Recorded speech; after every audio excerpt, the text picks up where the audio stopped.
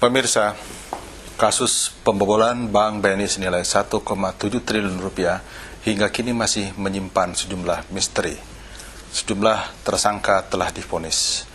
Terakhir, Adrian Wawaruntu telah divonis penjara seumur hidup. Akan tetapi tersangka utamanya hingga kini masih dinyatakan buron. Perjalanan saya ke Eropa berhasil menjumpai Maria Pauline. Bagaimana kabar Bu Maria? Kabar saya baik, Pak. Cuman kalau boleh saya, selama ini masyarakat dengan statementnya BNI mengatakan saya sebagai pelaku utama. Di sini sebenarnya banyak hal yang tidak benar, karena sesungguhnya disinilah saya bisa mengatakan bahwa selama ini BNI tidak secara fair dan terbuka, bahwa sesungguhnya mengatakan saya sebagai pelaku utama, sementara begitu banyak PT-PT di luar grup Gramarindo yang sudah jauh sebelumnya yang membuka dengan cara yang sama. Itu kan bahasa yang kami pakai adalah bahasa dari pihak yang berwajib di Indonesia, dan Anda sudah dinyatakan hampir 1,5 tahun sebagai buron. Karena selama ini yang saya merasa bahwa sesungguhnya BNI itu tidak fair. Tidak fairnya di mana? Saya merasa selama ini menjadi korban daripada jebakan BNI. Kok jebakan? Maksudnya gimana?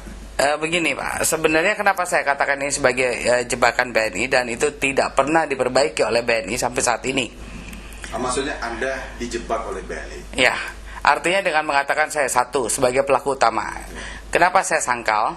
Karena ada PT-PT sebelum Gramarindo yang sudah menerima fasilitas yang sama dan jauh dari sebelum Gramarindo. Dan yang dikaitkan dalam jumlah itu maksudnya? Ya, sesungguhnya saya dengan sebagai Gramarindo dengan BNI ini mempunyai satu hubungan di mana ada ikatan perjanjian yang 1,5 tahun ini hilang, Pak. Jadi ada perjanjian akte nomor 7, ada akte nomor 8, akte nomor 9. Ada perjanjian hutang piutang antara pernyataan hutang dari Gramarindo. Artinya BNI menyatakan bahwa Anda mempunyai hutang di BNI. Benar. Dan Anda juga mengakui hutang sejumlah itu. Sebenarnya ini yang saya merasa dijebak, Pak. Mengapa saya katakan dijebak? Karena jelas sebenarnya sesungguhnya jumlah angka yang dikeluarkan oleh Gramarindo atau yang ditandatangani oleh Gramarindo sejumlah 120 juta, atau ya tepatnya saya katakan 81 juta US dollar di dalam perjanjian itu ya. Dalam perjanjian ini, dan 56 juta euro.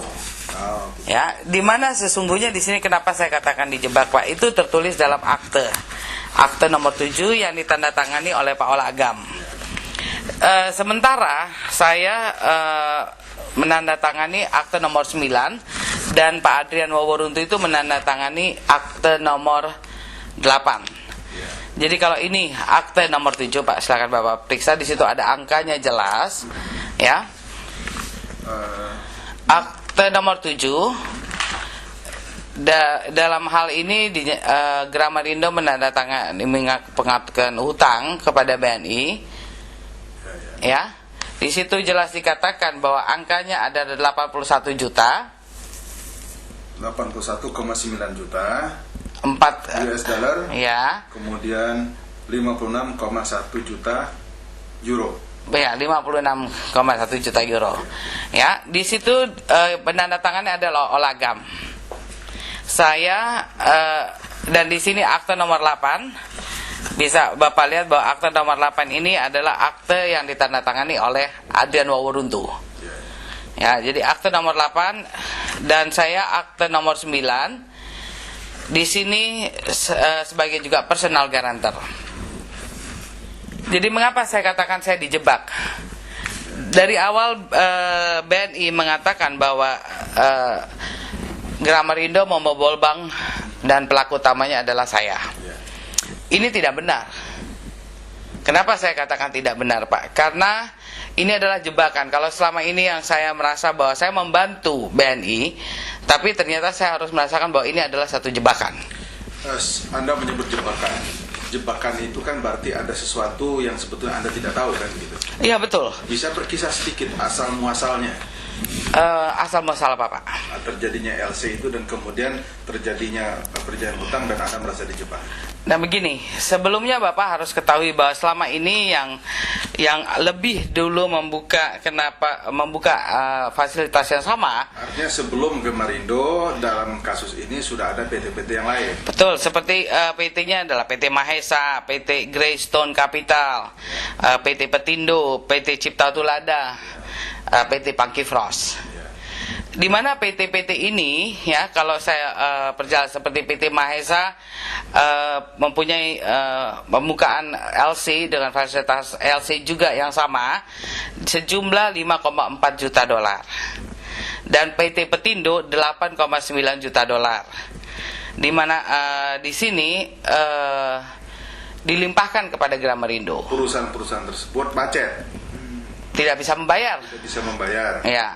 Lalu kemudian BNI minta Gramarindo untuk menanggung hutang-hutang itu. Iya.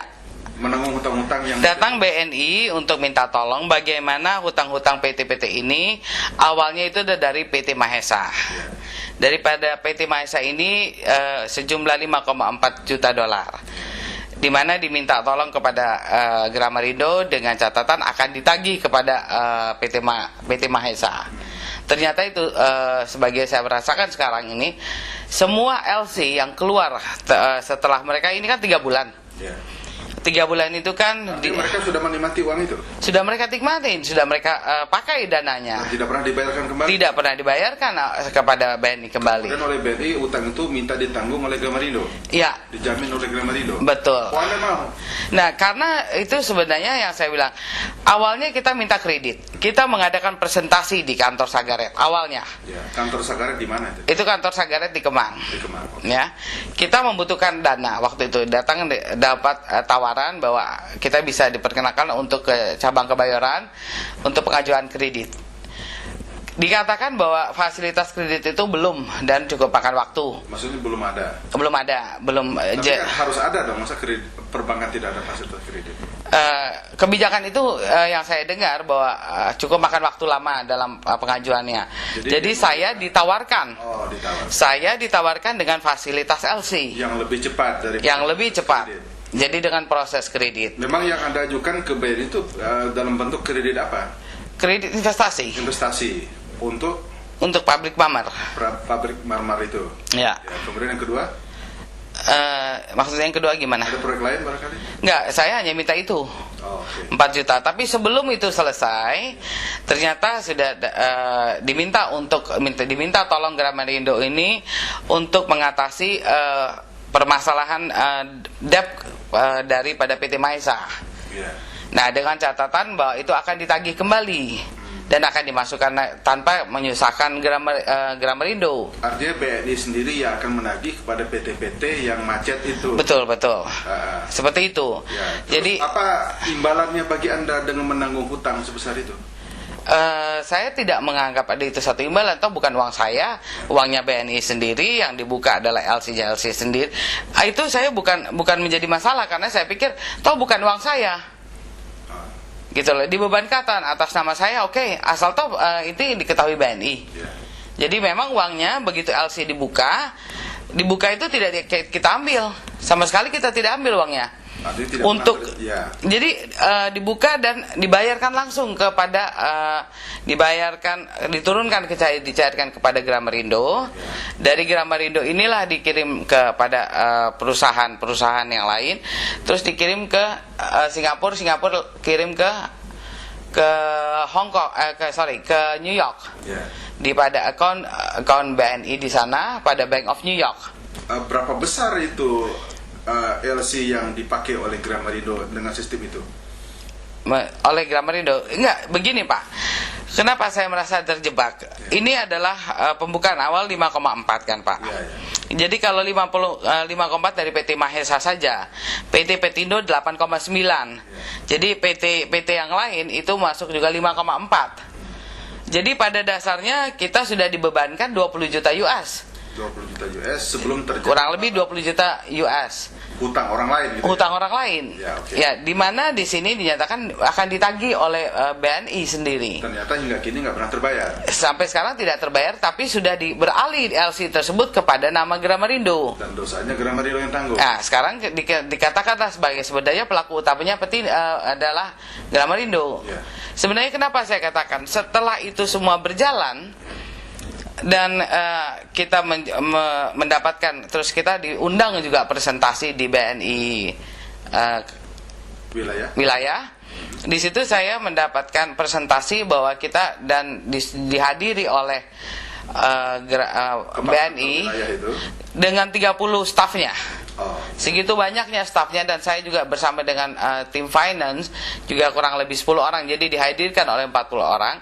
Di situ dikatakan bahwa prinsip sudah setuju bahwa Gramarindo akan menerima 100 juta US untuk proyek untuk kita presentasikan. Waktu itu Sagaret mempresentasikan jalan tol dan marmer.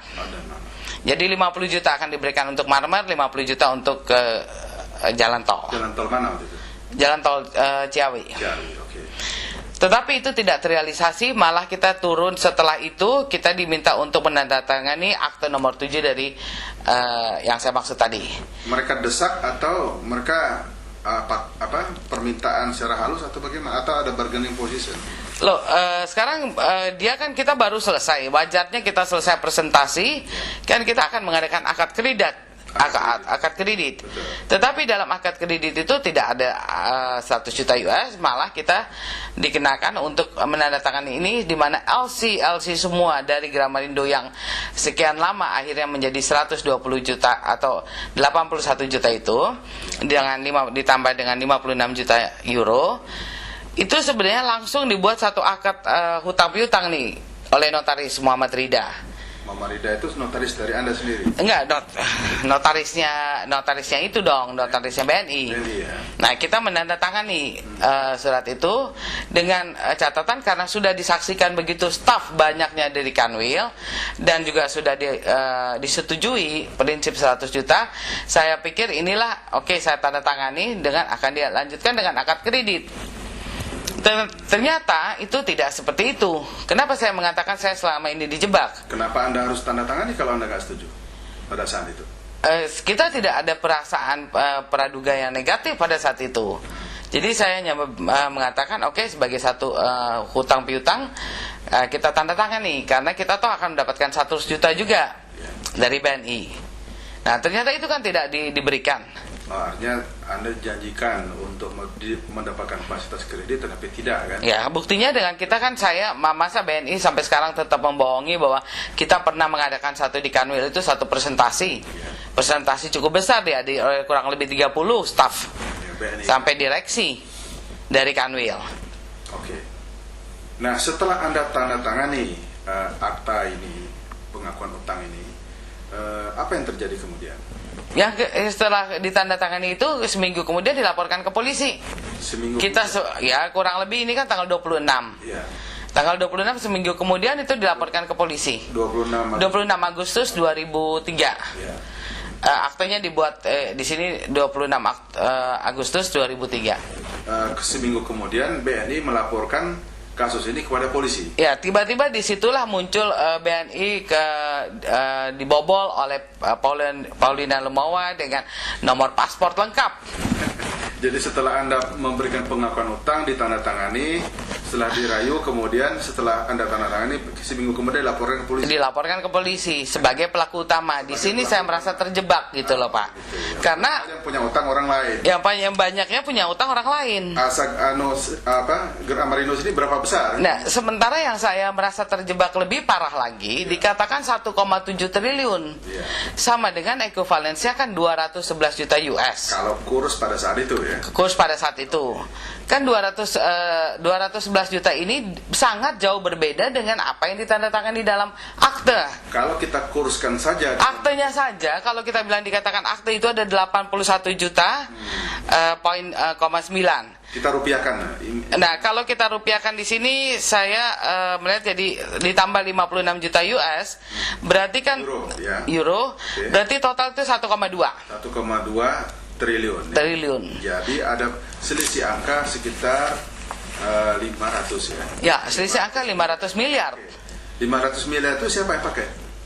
500 miliar itu nggak pernah ada, yang artinya yang ada ini kan jelas di sini Bapak bisa baca bahwa kredit yang ditandatangani oleh Gramarindo adalah 81 juta poin 9 ditambah dengan 56 juta poin 1 euro. Kalau itu kita jumlahkan kan menjadinya kurang lebih 120 juta US. Selisih dengan 1,7 triliun itu kan ada selisih yang jelas adalah 90 juta dolar. Dari sini yang saya merasa kok bisa begitu? Kok bisa keluar angka yang berbeda dari apa yang ditandatangani? Itu pun Anda merasa sudah dijebak. Itu pun sudah dengan angka 120 juta sudah saya merasa dijebak. Mengapa saya merasa dijebak? Sampai saat ini setelah penandatanganan pun dijebak, kemudian soal angka pun juga dijebak. Soal angka pun saya dijebak. Seakan-akan 1,7 triliun itu sudah dibobol oleh saya. Kawan. Ya. Ternyata padahal menurut akte perjanjian nggak sampai segitu. Menurut akte perjanjian jelas adalah 81 plus 56 juta. Oke, dari 1,2 triliun rupiah yang dipakai dalam perjanjian itu, berapa yang dipakai Gramarindo sendiri? Nah, ini yang saya sesungguhnya saya merasa sampai sekarang saya menunggu bahwa Gramarindo itu dibuka akunnya dan bisa dianalisa kemana saja alur dana itu kemana. Kemana coba kira? Jadi otomatis dia akan diketemukan bahwa Gramarindo itu tidak lebih dari pemakaiannya 25 juta US. 25 juta dolar US. Ya. Itu kan berarti hampir sekitar 20%. Kalau totalnya 120 Iya, 120 kurang lagi 20%. 20%. Nah, dengan menggunakan 20% dana yang disebut oleh itu saya dikatakan sebagai pelaku utama. Sementara saya mendapatkan fasilitas itu bulan September. Sementara ada PT-PT yang sudah jauh sebelumnya. Yang tidak ada kaitannya dengan Gramarindo. Yang tidak ada kaitannya sama sekali dengan Gramarindo. Dan oke. Artinya jebakan-jebakan itu banyak sekali yang Anda temui, sehingga termasuk angka pun Anda termasuk status Anda pun juga dibuat sebagai tersangka utama. Ya. Begitu ya. Jelas dong. Saya rasa di sini yang saya merasa tidak ada kejelasannya. Tersangka utama itu kan identik dengan apa istilahnya tuh, orang yang mendesain, orang yang melakukan, yang membuat skemanya atau yang membuat skim ini. Anda melakukan itu? Loh, saya sama sekali tidak. Saya hanya meneruskan apa yang diminta oleh kita kan diminta bahwa kamu bikin begini seperti caranya begini, caranya begitu. Oke. Apa yang menjadi persyaratan dari bank kita lakukan, sampai pembayaran pun kita tidak pernah jatuh tempo, Pak. Semua kita bayar pada tepat waktu. Oke. Itu tercantum di dalam akte perjanjian itu. Kapan jatuh tempo hutang piutangnya? Oh ya, dalam itu kan dimasukkan dalam daftar LC semua. Dalam daftar LC ini pun juga banyak keanehan yang bisa saya ingin ungkapkan gitu loh, Pak. Karena sesungguhnya ada ketidakjelasan di dalam penjelasan LC, karena itu menjadi satu bagian, jadi ikatan pada ini. Sebentar Pak ya, saya tampilkan dulu supaya selama ini tidak pernah ditampilkan ya, di mana LC ini ada 30 slip dalam US dollar dan ada 12 slip dalam euro. Ya. Tetapi di sini sebenarnya di sini ada 27 di mana semuanya sudah dibayar tapi tidak dijelaskan. Artinya ini rekayasa BNI kepada Anda bahwa inilah LC-LC yang benar, ini LC-LC-nya yang ada, yang keluar selama ini. Yang jadi tetapi LC ini semuanya juga adalah membayarkan hutang-hutang dari yang mereka yang lain. Oh, begitu. Jadi PT-PT yang lain membuka sekarang. Dia membuka misalnya 5,4. Ya. Itu dipakai oleh orangnya, oleh PT Mahesa itu. 5,4 itu kan sudah tidak terbayar. Dibuka LC baru. Dibukalah misalnya 5,7. 5,7 itu kan 5,4-nya dibayar langsung kepada BNI melalui misalnya kita minta Aditya. Kita minta Aditya Finance untuk mengirimkan ke luar negeri. Nah, dari ke luar negeri itu ke Singapura. Betul. Itu ke PT Katmes atau ke PT Capital Gain atau ke PT Blue Crystal. Itu dikirimnya hanya numpang lewat masuk kepada akun BNI. Akun BNI di Bank of New York. Bank of New York. Bank of New York dengan akunnya kita dikasih.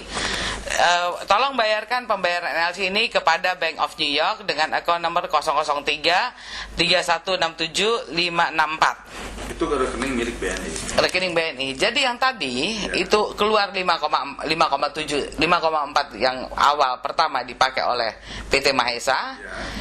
Untuk menutupi yang setelah 3 bulan tidak dibayar, Gramarindo yang masih bayar. Gramarindo diberikan LC baru. Oh, begitu. Diberikan LC baru yaitu 5,7. Itu 5,4-nya dibayarkan kepada LC PT Mahesa langsung kepada akun ini. Yang sisanya adalah cost. Nah, apa yang dinikmati oleh Gramarindo tidak ada dalam hal ini. Jadi itu semua cost, biaya bank. Itu kan untuk beban orang lain.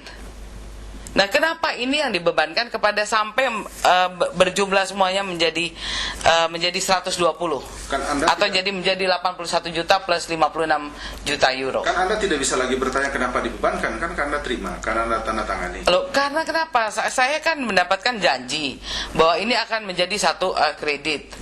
Yang kedua, kita juga akan mendapatkan bahwa di sini 100 juta US. Tapi semua itu kan tidak ada. Sampai sekarang tidak pernah terjadi. Tidak pernah ada kreditnya, tidak pernah direalisasi yang 100 juta. Yang ada malah saya jadikan pelaku utama. Karena kita akan mendapatkan 100 juta dolar dari Kanwil. Nah, tapi itu juga tidak jadi, nama kita sudah makin rusak. Tidak ada masalah. Saya mengharapkan duduknya waktu pertama kali dengan Syafruddin Hasan. Saya minta untuk satu penjelasan sebenarnya. Sejauh mana sih bagaimana ini menyelesaikan, karena ini ada PT-PT lain. Kalau saya melihat ini semacam skenario besar yang dituduhkan kepada Anda setuju seperti itu? Kalau dari setelah 1,5 tahun ini saya menganalisa ya Pak ya, jelas bahwa ada skenario besar di belakang itu pun. Ada sedikit perasaan saya seperti itu. Kenapa? Begitu aneh itu kasusnya. Saya rasa hal itu sangat aneh. Bagaimana saya mengatakan bahwa itu dibobol oleh saya? Itu sama sekali tidak benar. Karena kita justru sebaliknya diminta tolong untuk membantu PT-PT yang lain, yang meninggalkan tanggung jawabnya. Nah, sekarang kita sudah melihat bahwa diundang ke Kanwil, akan diundang dikasih 100 juta. Ternyata itu akhirnya ini kan satu jebakan. Terus sekarang kalau keuntungan BNI juga diambil lagi dan dibebankan karena Gramarindo lagi, ini yang saya nggak bisa terima gitu loh Pak. Anda tidak punya hak untuk membela diri, kecuali kemudian adik-adik Anda dan semua orang-orang Gramarindo ditangkapi dan diproses pengadilan secara cepat. Nah, karena saya lihat begini, dalam kasus ini juga jelas sekali yang saya tidak mengerti, kenapa sampai bisa Adrian sebagai personal guarantor bisa dihukum seumur hidup? Menjadi pertanyaan saya, jadi menakutkan tambah saya. Mengapa mereka itu tidak sekarang yang ditahan itu? Kenapa 1,5 tahun kita tidak punya data apa-apa Pak? 1,5 tahun yang ada adalah akte ini baru 2 bulan yang lalu saya dapat di tangan. Melalui cara seperti apa Anda mendapatkan? Wah, dengan segala macam cara bagaimana saya dapetin, karena saya mengatakan kenapa data itu hilang. Saya suruh cari Muhammad Rida di mana kantornya. Saya suruh cari melalui ikatan notaris. Tidak ketemu. Barulah saya baru bisa menerima itu 2 bulan yang lalu, dikirim dari Jakarta. Ini loh ternyata ini. Karena saya menyadari saya menandatangani 81 juta plus 56 juta. Saya ingin buktikan bahwa angka 1,7 itu tidak benar. Tidak benar. Cuman dari mana saya bisa buktikan kalau saya tidak punya data apa-apa gitu loh. Saya kan lagi hanya dengan modal baju di badan saya berangkat ke Hong Kong. Dan kemudian saya tidak ke Indonesia lagi. Saya tidak bisa kembali ke Indonesia karena sudah ada tuduhan sebagai pelaku utama. lengkap nomor paspor saya. Kan Anda bisa datang ke Indonesia, Anda jelaskan kepada pihak yang berwajib. Sekarang saya lihat kalau sekarang BNI bisa melaporkan ke polisi, sebenarnya dasarnya apa BNI melaporkan ke polisi? Ya. Apa dasarnya BNI melaporkan ke polisi? Kalau Anda tidak bersalah, kenapa Anda tidak laporkan BNI juga sebaliknya? Nah, sekarang saya kan berada di posisi yang jauh. Ya. Kalau sekarang saya mau melaporkan ke di Singapura kan bingung cara ngelapornya. Anda warga negara Belanda. Ini saya karena saya akan kembali ke Belanda. Saya di sini kan saya bicara. Kenapa? Dan di sana di Indonesia proses hukum masih tetap berlangsung dan Anda masih dinyatakan buron. Apa perlawanan Anda untuk menuntut bahwa Anda tidak sebagai buron lagi? Karena itu sekarang saya ingin mengharapkan bahwa melalui media ini saya bisa menghimbau kepada Bapak Presiden untuk membuka kasus ini dengan benar, karena jangan sampai seperti kasus ini dijadikan kambing hitam. Jangan juga sampai BNI menipu aparat polisi, di mana BNI selama ini menutupi banyak hal. BNI mengungkapkan hal-hal yang sebenarnya tidak pada paper yang dibicara. Kenapa tidak dibuka? Ada PT ini, ada PT ini, ada PT ini. Kenapa ada 120 juta? Karena sistem pembukanya begini.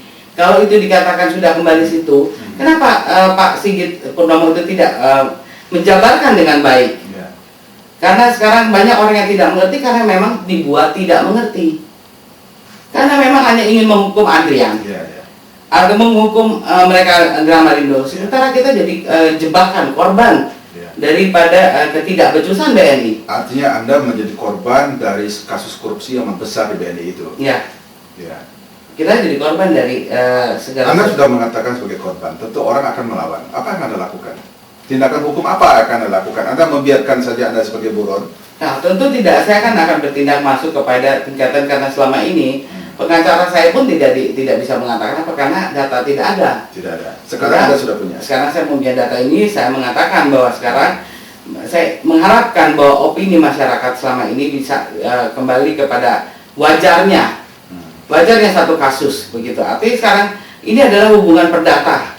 Kalau dikatakan ini batal demi hukum, berarti saya tidak punya hubungan apa-apa dengan BNI. Tidak punya utang berarti? Saya tidak punya utang. Berarti mereka harus dikeluarkan? Ya, berarti mereka harus dikeluarkan. Kalau diakui ini sebagai utang? Kalau ini diakui sebagai utang, mari duduk. Karena ini perdata hubungannya. Duduk, ya kan? Mari duduk.